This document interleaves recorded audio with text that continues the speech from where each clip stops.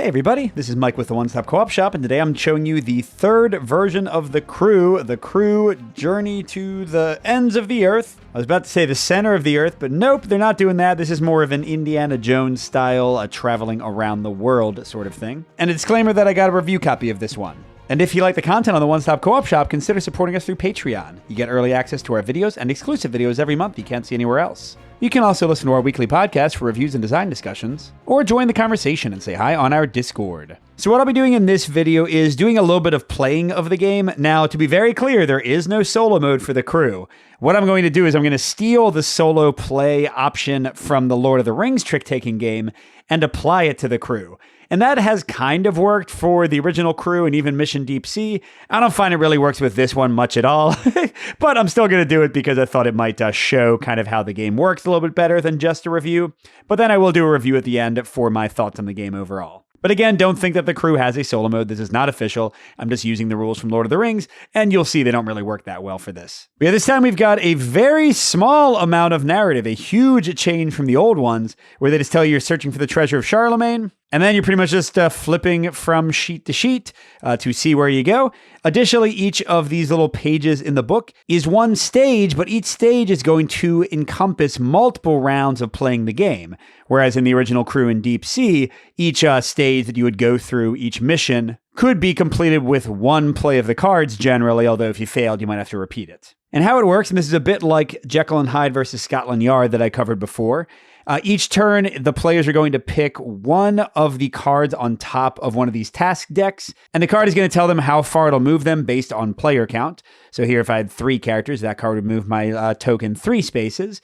And then this little clock token, I guess I have it upside down, this clock token will move 1 space after each task. If you don't complete a task, you don't move at all, but the clock will keep moving. And you're trying to get to this little plain space before the clock does.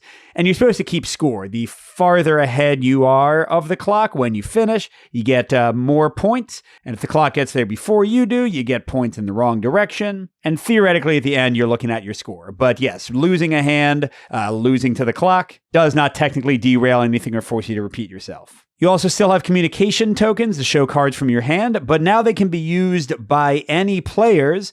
So if I'm playing 3-player and we have 3 communication tokens, one of us could use all 3 of them if it helped to solve the task. Also, the spaces on the map will sometimes have effects on the hands of cards. Not on this first map, but on other ones that I'll show you. And most importantly, you only have 1 task card active per round of play, so it's not like each character is doing their own things or trying to get specific cards. Instead, the task card itself will kind of control everything, although again, complications could arise from these. But like I said, I'm going to be playing the Lord of the Rings solo mode, so if you haven't seen that game before, how it works is you take the big trump card and you shuffle that in with 15 other cards to form 4 hands of 4 cards, so it's like I'm playing 4-player. But after each trick is played, each player draws another card from the deck.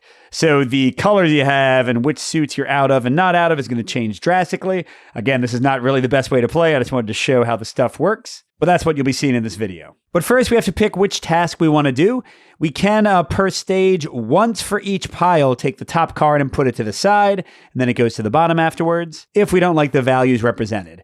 By the way, this compass one with a 3 means that it could move us more or less than 3, because it'll have some sort of condition that we can fulfill multiple times. And those tend to actually be pretty powerful. So let's start with this one. So at the top, we've got some negative values. That's going to be our starting score. So at 3-player, it'd be -6. With us playing solo 4-player, it's -5. And then the rest of the task is going to give us a way to add to that score. If we don't get above 0, then we just don't move. It's not like you move backwards. But if you get above 0 for each spot you get above, you get to move 1. In this one, it says the first trick must contain a 1. Oh, this is going to be like impossible with this solo mode unless we get lucky. The second must contain a 2. The third must contain a 3, etc. The mission ends with the first mistake or after 9 tricks, plus 1 for each correct trick. So with perfect play here at 4 players, we could get, 9 tricks minus 5, 4 points, 4 moves. We'll see how it goes. But yeah, with the solo mode and us not having all the cards, this might be just impossible. Oh, never mind. We're off to a pretty good start. This is supposed to show who the guide is that has the 4 of trumps, which is helicopters, by the way, but it's all the same stuff if you've played the Crew before. There's 4 colors, 1 through 9 of each suit. There's also the trump suit, helicopters, 1 through 4 of that. You have to follow, if you can, a highest card of the lead color. The lead suit wins, unless a trump is in there, and then the highest trump wins. All right, so we've got a bunch of 1s. We've got a single 2. And the 2 is the sticking point because we only have one of them. We want to be able to lead green, or I guess have this player throw off. Now, again, this is very different than real play, but sure. They'll play a 1, and I guess we might as well ditch some 1s because we know we won't need them. These people can't follow green, so they can kind of do whatever they want. But this player wins with the 7. Okay, now we got to do 2. Oh, it just got easier because they got a pink 2. Although they can throw off, but sure. Let's try to use numbers that we don't need or won't need anymore. So the pink will let them throw off the 1. That's good. And they have to play the 6. All right, so they're in the lead. We're still in the negative. Oh, they got a 3. The luck here is kind of funny. Of course, we also have a 3 and 4 trumps, but sure. We can have them play a 3 of green. They can throw off a 3 of yellow. Hey, they can throw off a 3 of blue. And what the hey, this person can trump with a 3 of helicopters. That's 3s for everybody. All right, the person who trumped, we need to get 4s next. So blue or yellow would be fine. Let's do blue, though. Okay, although, well, we have more 9s. I guess that'll be okay. So a 9 from them. Ditch the 2. They got to play the 7. That's not great, but we get the 4 in. Okay, and tons of 5s. But again, I don't want to drain options we might need later. Nobody's got a green. That'll make it easy. So let's do the 5.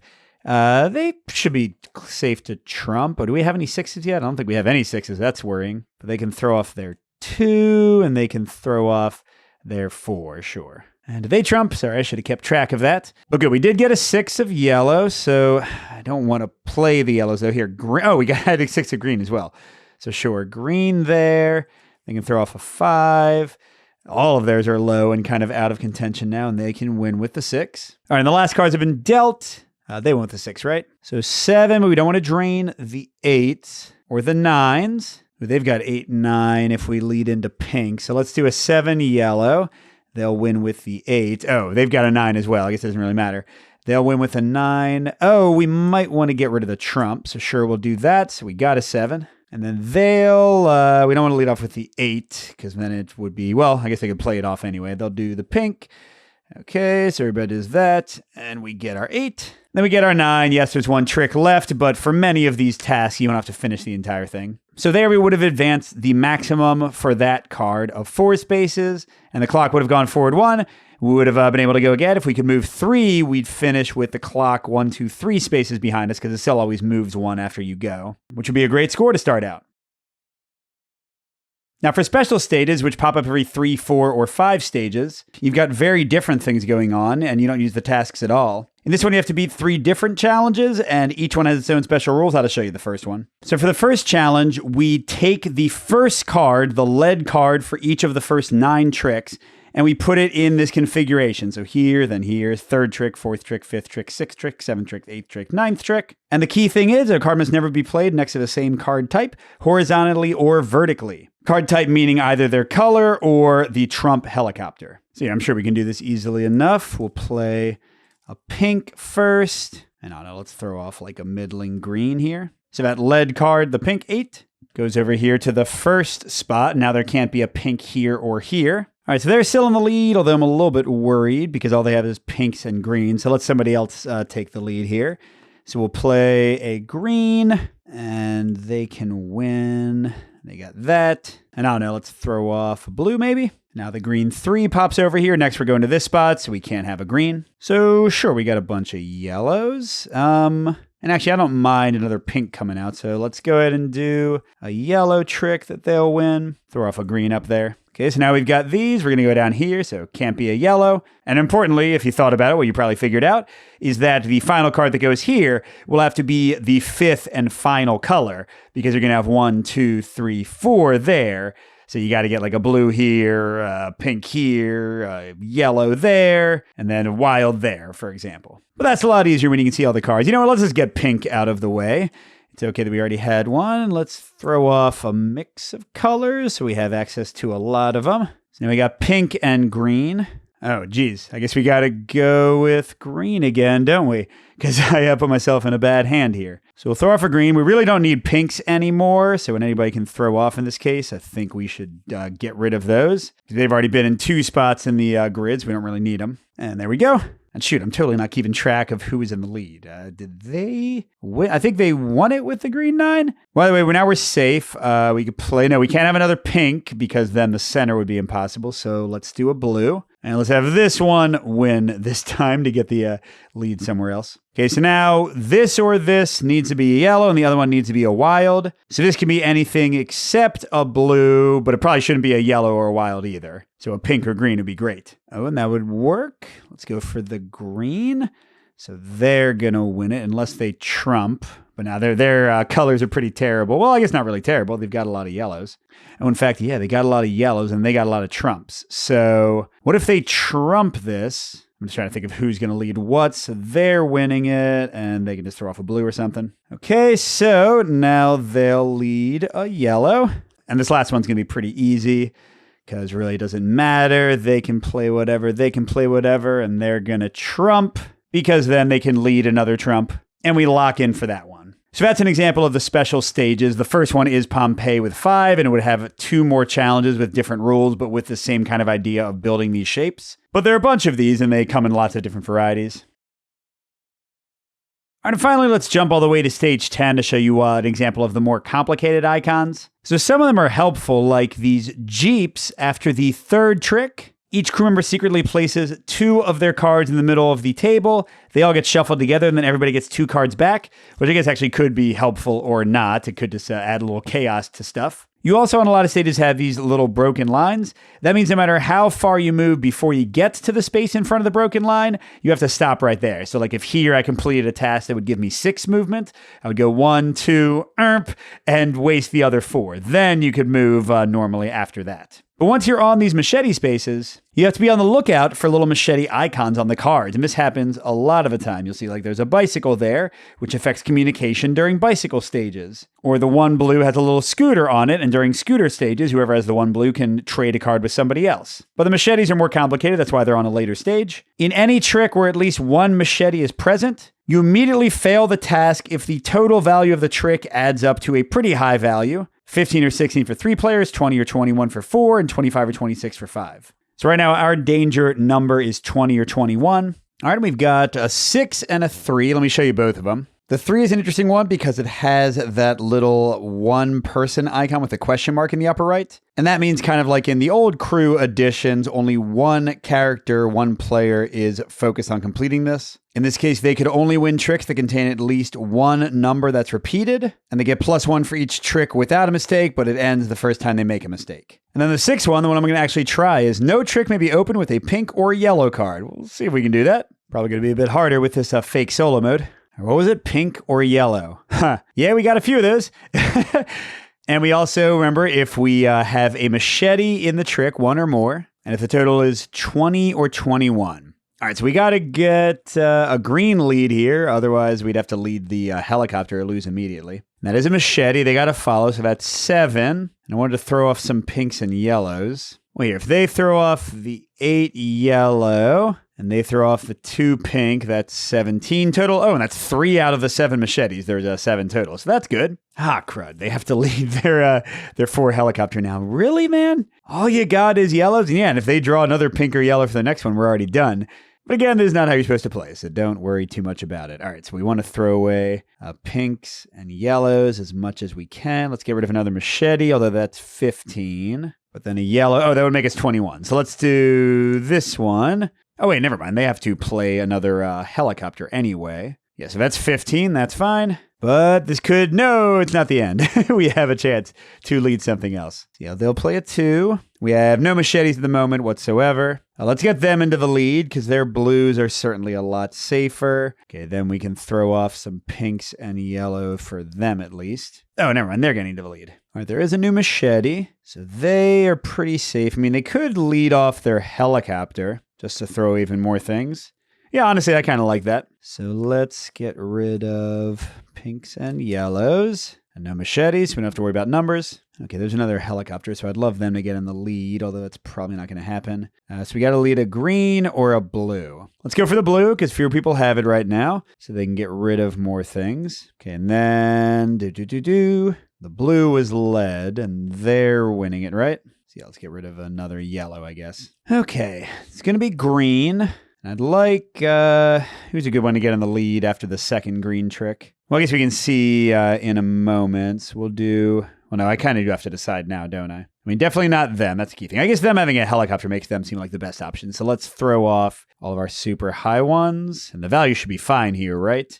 17, yeah, 23. We're already too high. All right, and that's where we end up. Oh, and actually a green, unless I use the helicopter, will end with them. And then they can lead a blue, which would not work out well for us. What if I lead a blue now and then a green? Oh, it's going to be tough too. Yeah, this final trick is going to be a challenge, which makes sense because, again, you're not supposed to play totally randomly like this. I think there's too many of them. I don't think there's any way to do this because everybody has 2 yellows or pinks left. Yeah, all right, we're done. I'll just do one variation of them. I could trump with them. Then they could lead their blue, but no matter who it goes to, they have to leave a pink or yellow. So we would lose. But of course, if we were playing real style with 4 actual players, they could have played a long blue suit early to let people throw off a lot of cards. It would have been a lot easier to figure out. But that's a taste of how the later stages can affect your card play, even while you're dealing with potentially tough tasks. So with all that out there, how do I feel about this latest version of the crew? It is kind of a complicated one. When I first played it, I'll be honest, I was kind of thrown off by the new tasks, only having 1 task, the board. As I've played more, I have enjoyed it more, but I'm still a little bit mixed. So let me try to go through things one by one. Being able to use communication tokens with more than 1 per player, I think that's fine. The core mechanic of communicating has always been good in the crew, being able to tell somebody what your highest, lowest, or only card is. And here I think it works well too. The core trick-taking card play is still interesting. I mean, it's pretty basic stuff, but the tasks do change it up in fun ways. All that stuff is basic crew, and it works well here. The 2-player mode is also the same, where you're dealing out 14 cards with some cards being face up on top of others, and as you use those cards, you get to see what's underneath. I've actually played it quite a bit, 2-player, and it still works quite well. It's definitely random. It's definitely swingy because sometimes cards that were key come up or you didn't know that the other player had those cards. But besides that, 2-player definitely functions even with the weird tasks and can be a lot of fun. But the new stuff is kind of the sticking point here.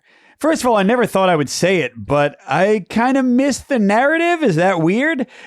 I've said in many reviews of the crew in the past, including in the podcast we've done, that we would often just kind of skip through the narrative and not read it at all before each mission. But funnily enough, I've been playing the second crew, Mission Deep Sea, with my kids recently, and there I have been reading the stories and they've enjoyed them and I've kind of learned to enjoy them too. So having it suddenly go away kind of makes me a little bit sad, which is super unfair because I said for years, the crew shouldn't have the stupid story stuff. And now that they don't have it, I'm like, where'd the story go? So yeah, they can't win with me apparently. As for the maps, I think they're fun. The first ones don't really feel like they matter very much, but some of the later ones are pretty interesting. Like for the skis, when 1 card gets played, the 7 of blue, 2 players have to switch hands. So that's pretty exciting and weird. And there are limits on communication. Actually, the fog stages play kind of like the solo mode I was just doing, where each player only has a subset of cards in their hand, 6 or 7 here, and they draw 1 more after each trick. So the board stuff is kind of interesting. It does change things up. I definitely like these little stages in between. I find them to be the most interesting, honestly, even beyond the regular task play.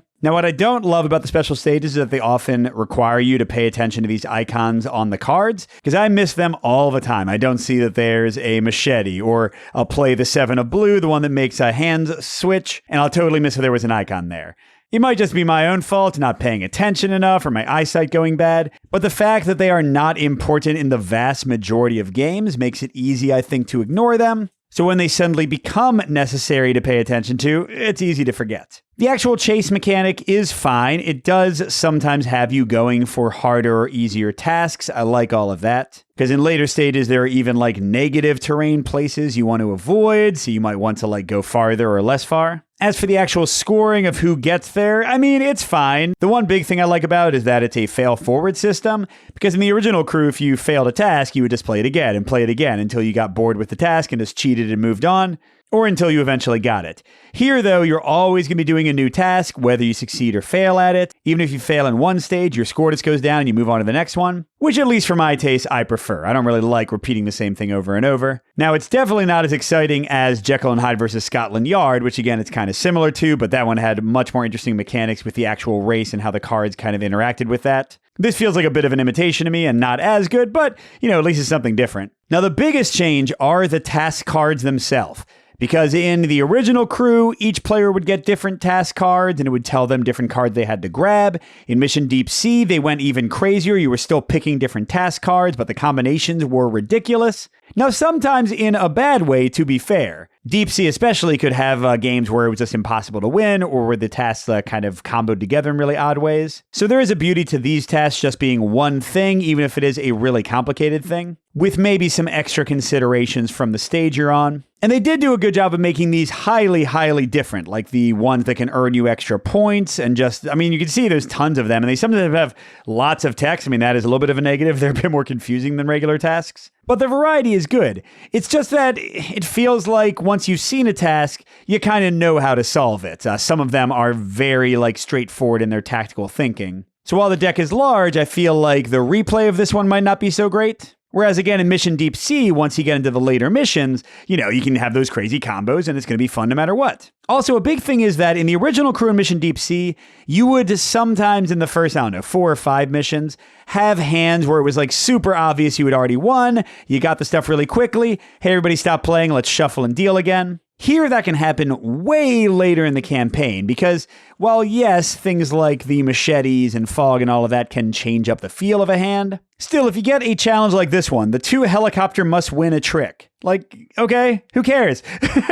And unlike the original Crew in Mission Deep Sea, you can have this kind of hand come out and just be like a total waste, and why'd we even spend the time shuffling, near the final mission of the entire campaign. So the pacing and sort of swinginess of the challenge is a little bit weird. Also, while they can be kind of cool, there are a lot of tasks in here that have memory elements.